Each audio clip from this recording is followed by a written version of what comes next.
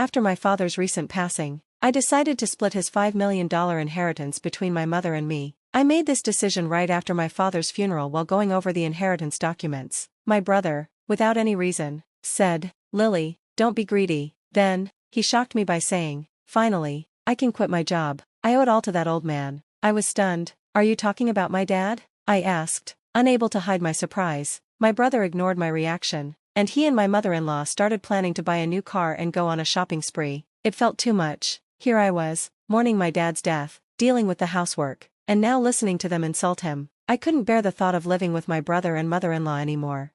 Trying to stay calm, I forced a smile and said, "Fine, do whatever you want with the money.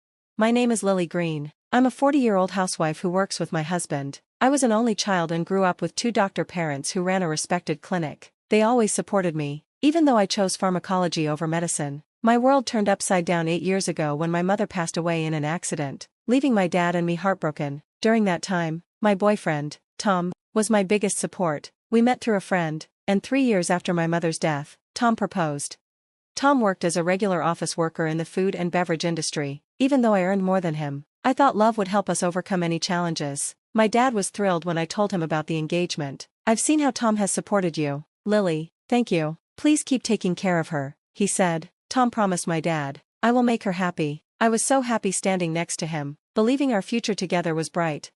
But when we visited Tom's family to announce our engagement, his mother, who was heavily made up and divorced, gave me a cold look. "Marriage? Really? Is she your choice? Isn't she a bit plain for you and older too? Wouldn't a younger woman be better?" Her words shocked me. Tom quickly defended me when his mother questioned whether a younger woman would be a better choice. "Lily works at Gold Pharmaceuticals, and her dad's a doctor with his own practice," he said, focusing more on my family's background than who I actually was. His mother quickly changed her tune. "Oh, Tom, you should have said that earlier. I'm happy to approve of the marriage. Nice to meet you, Lily, and thank you." With his mother's approval, Tom was overjoyed, but I still felt uneasy. As we got ready to register our marriage, my dad, who was also a property developer, gave us a generous wedding gift, an apartment in Philadelphia, USA. I shared the great news with Tom. "Dad gave us this apartment as a wedding gift. It's our new home. Let's live here happily." Tom smiled, excited about our new life. However, married life soon showed me some uncomfortable truths. Tom, who had lived with his parents before we got married, didn't know how to do basic household chores. He couldn't cook, didn't know how to use the washing machine, and didn't want to learn. He was messy, left trash everywhere, and never cleaned up. While I was committed to sharing responsibilities, Tom's laziness only added to my frustration. In our first year of marriage, I did all the housework alone. Though it was supposed to be the honeymoon phase, managing work and home life alone drained me. By the second year, I couldn't take it anymore and decided to talk to Tom about it.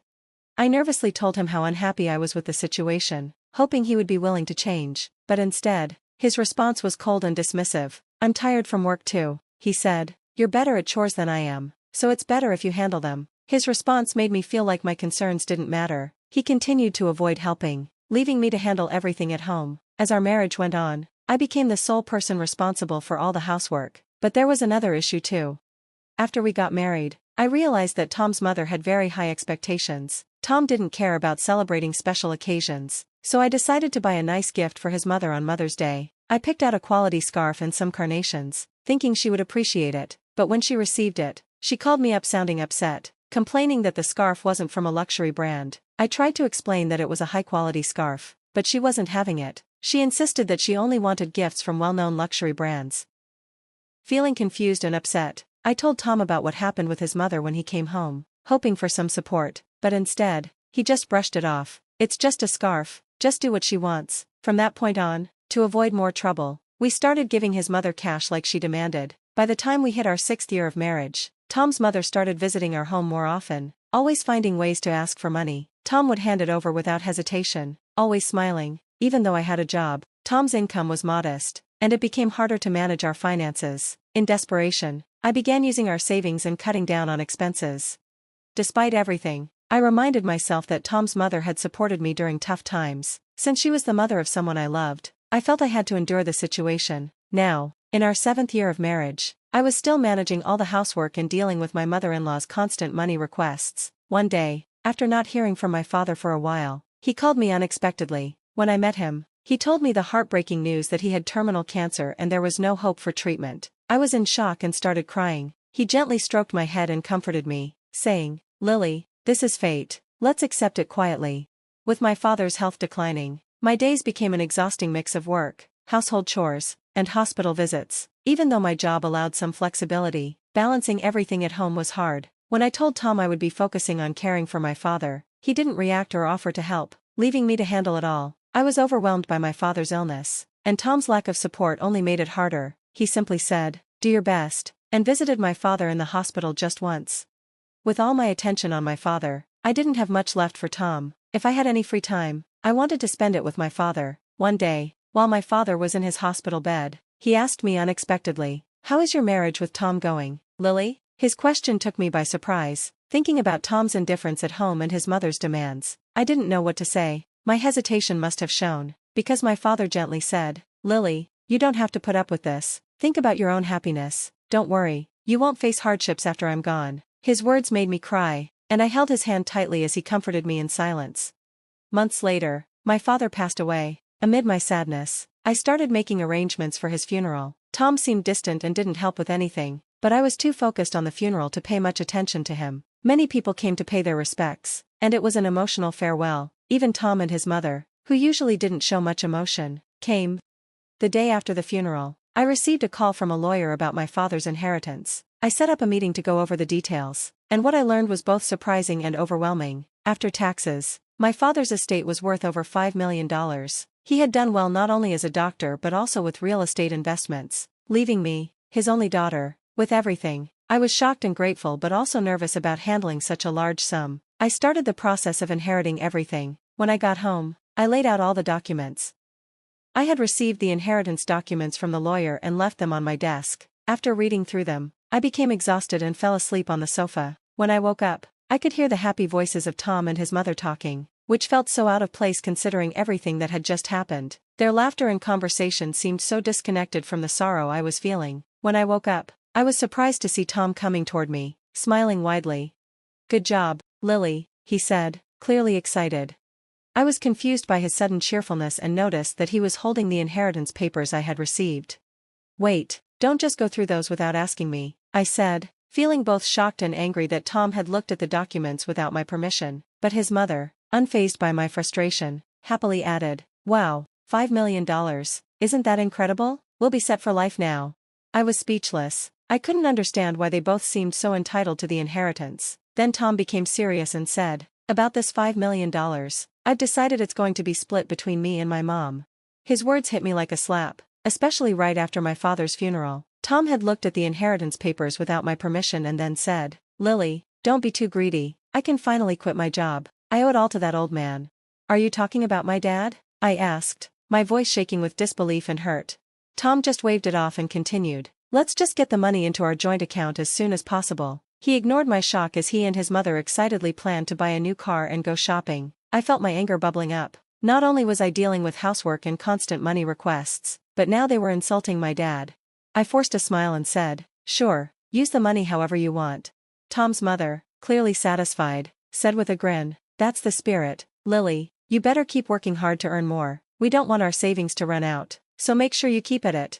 I just nodded, pretending to listen to her selfish comments. After that, Tom and his mother started living like they had suddenly become millionaires. Tom quickly quit his job, and his mother moved in with us, staying at our house all the time. They would leave in the morning and come home with bags full of luxury brand items from their shopping trips. They even started criticizing high-end restaurants. "The 3-star restaurant we went to today wasn't as good as I expected," they would say, talking like they were celebrities, completely disconnected from the reality of our situation. Meanwhile, I was left to handle all the household chores like a maid. Tom thought the inheritance money would be available right away, and he started withdrawing money from our joint account without thinking. My savings of $140,000 were quickly running out. When I confronted him about his spending, he just laughed it off. "What's the big deal? Isn't $5 million coming soon? We're fine." Despite my warnings, Tom ignored my concerns. A month later, he and his mother left for a vacation to Hawaii. I wasn't invited and was left all alone at home. After they left, I decided it was time to take a stand.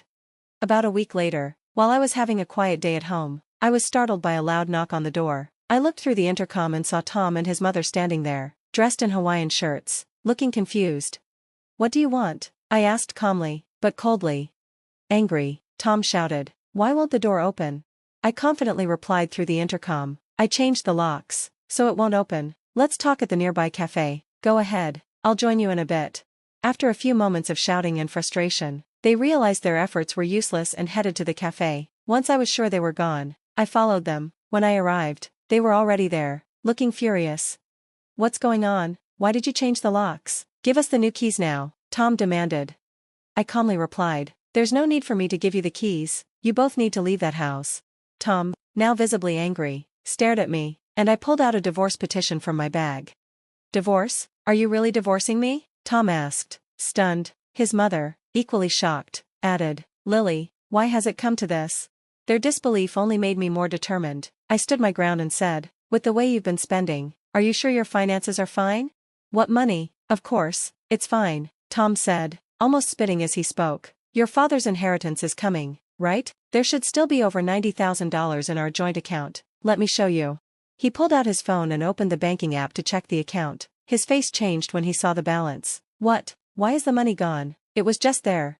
Hearing Tom's reaction, his mother quickly checked her phone too. Her face turned confused. I decided it was time to tell them the truth while they were still confused about the situation. Of course, it's gone, I said. I'm divorcing you, so I moved that $90,000 to my account as part of the divorce.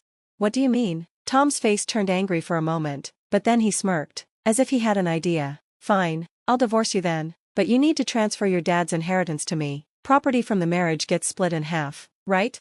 You might be confused, I replied calmly. The inheritance I got, even though it was during our marriage, doesn't count for property division.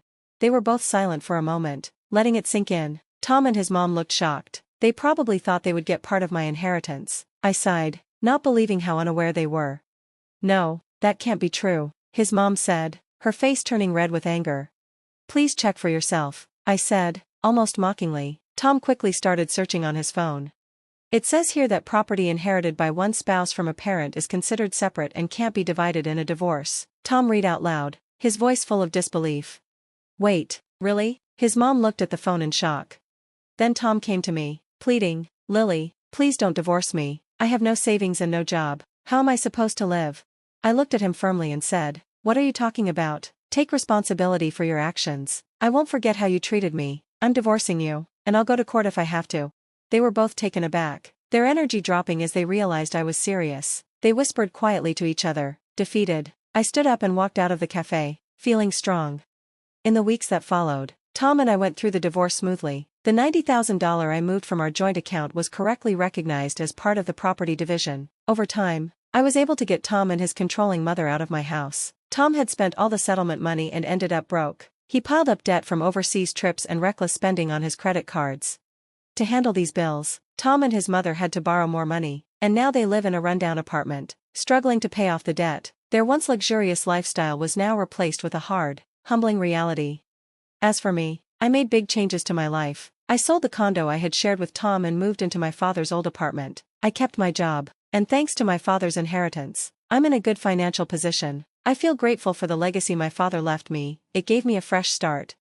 Now, I'm focused on enjoying my life. I want peace and stability, and I'm determined to protect my happiness. Life has been tough, but I've grown stronger, and now I'm ready to live a life full of calm and simple pleasures.